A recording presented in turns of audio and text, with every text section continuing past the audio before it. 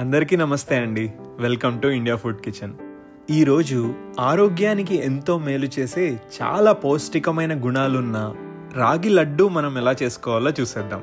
దీనికోసం ప్యాన్లో కొద్దిగా నెయ్యి వేసుకొని మీకు నచ్చిన డ్రై ఫ్రూట్స్ని దూరగా వేయించుకోవాలి. వేయించుకున్న డ్రై ఫ్రూట్స్ని చల్లారడానికి పక్కన పెట్టేసి అదే ప్యాన్లో 1 కప్పు రాగి పిండిని తీసుకొని కొద్దిగా నెయ్యి వేసుకుంటూ దూరగా వేయించుకోవాలి. అలా లో ఫ్లేమ్లో బాగా వేగితేనే దాంట్లో ఉన్న కమ్మదనం అంతా బయటికి వస్తుంది. అలాగే మీకు కూడా డైజెషన్లో ఎటువంటి ప్రాబ్లమ్స్ రాకుండా ఉంటాయండి. అలా ఆ రాగిపిండి కలర్ మారి మంచి సువాసన వస్తున్నప్పుడు మీరు దాన్ని దించేసి చల్లారడానికి పక్కన ఉంచండి.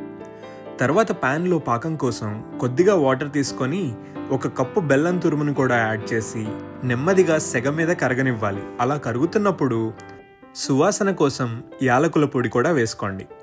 ఇది తీగపాకం కానీ ముదురుపాకం కానీ రావాల్సిన అవసరం లేదు. ఒకవేళ వస్తే లడ్డూలు గట్టిగా అయిపోతాయి. అందుకే బెల్లం కరిగిన 1-2 నిమిషాలకి మీరు ఇందాక వేయించి పెట్టుకున్న రాగిపిండి మరియు డ్రై ఫ్రూట్స్లో బెల్లం పాకాన్ని వేసి బాగా కలుపుకొని రౌండ్గా లడ్డూల్లాగా చుట్టేసుకోండి. పాకం వేసిన వెంటనే వేడిగా ఉన్నప్పుడు ఈ లడ్డూల్ని చుట్టేయాలి. ఒకవేళ మీకు లడ్డూలు రాకపోతే కొద్దిగా నెయ్యి కూడా యాడ్ చేసుకొని వీటిని రౌండ్గా చేసుకోవచ్చు. ఈ లడ్డూలు చూడడానికి చేయడానికి ఎంతో సింపుల్గా ఉన్నా ఆరోగ్యానికి చాలా మంచివండి. అందుకనే మీరు కూడా తప్పనిసరిగా ట్రై చేయండి.